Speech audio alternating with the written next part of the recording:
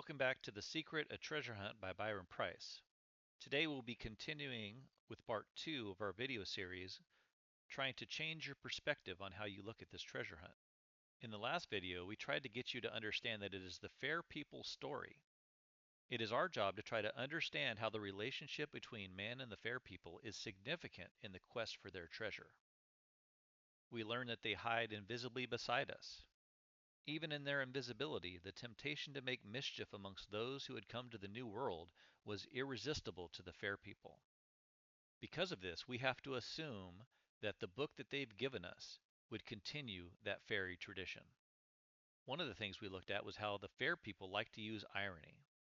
In The Bugbear, for example, it talks about how man cut down the great forests of Europe to make books which denied the existence of fairies. The irony being, here the fairies are giving us a book detailing their existence. Another example was the irony of quote-unquote Indian myths.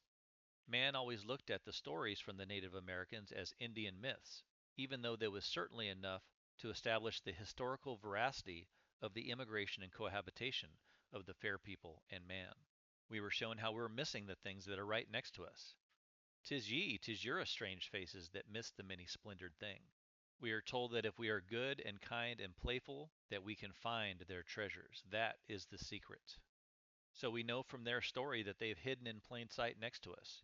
A giant might hide in a hill, a tree fairy might hide in the forest. They've been next to us, invisibly watching us. Is it any wonder that in the 3 solved puzzles, things were hidden in plain sight right within the paintings? Ironic, isn't it?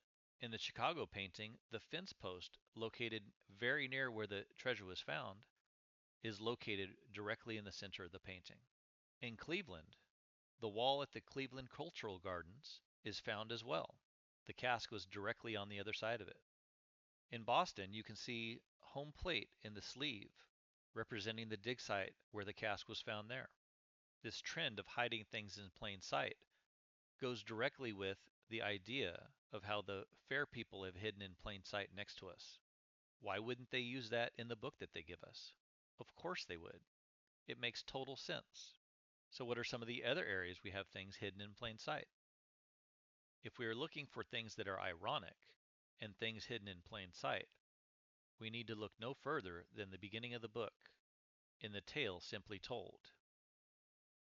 One of the first things we are given is, man named his abode civilization, for man was an acquisitive creature, and names were things he could possess. He could not fly on wings of gossamer like a fairy, nor hide in the gentle slope of a mountain like a giant, nor throw fire through a gust of wind like a dragon. So man often found his strength in words. How ironic would it be for the fair people to take our strength in words and use them against us? Hide the answers in plain sight. For example, hiding them within the names. If you recall, we're supposed to be good and kind and playful. If you look at the names of the fairies used in the book, all of them are a play on words. The Mater Demon is a play on words for the Mater D. Prep School is a play on words for prep school. The West Ghost for the West Coast. The Freudian Sylph, the Freudian Slip. As you go through each of these fairies, you will find that many of them have a play on words for things within our own society. The next thing you come to with names on it are the names of all the fairies from the old world. It shows us where they came from. What is hidden in plain sight on this page? There are a bunch of lines on the map. Maybe we should use lines on a map as well. In the Boston painting, we were given the idea that the bird and the bubble represented the Boston Pops. We were also told that the fairy carrying the gem was taken from a painting found within the Boston Library. Those are 2 locations we can use to draw a line on the map. Starting at Symphony Hall where the Boston Pops played, if we run a line through the Boston Public Library, it takes us directly to the Boston dig spot. I covered this in my 3-part series on Boston, so if you'd like to see more examples of how lines on the map can lead you to different places within the Boston treasure hunt, please take a look at that. Another thing that's hidden in plain sight is how the secret is a history book.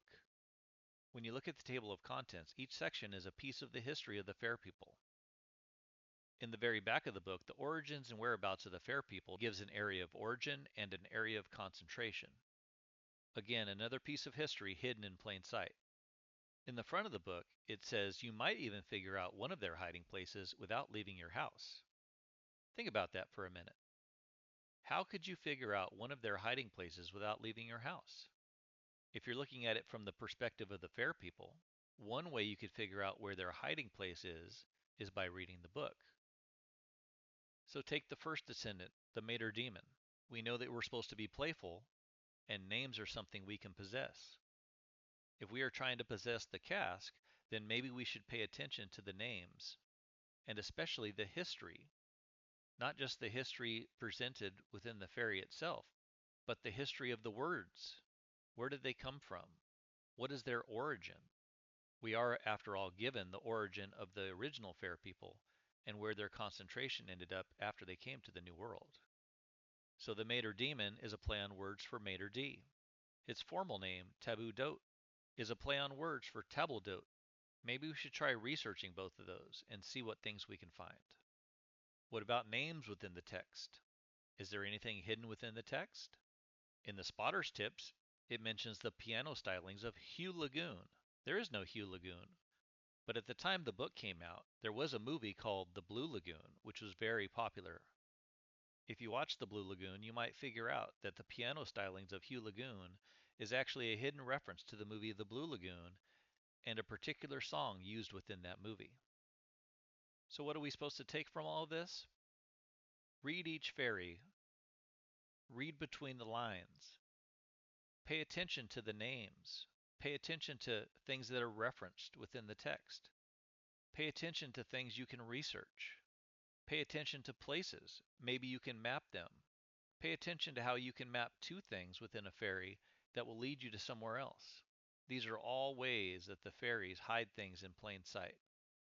I'm not going to go into details in this video, but in future ones, I will give complete breakdowns on some of these fairies.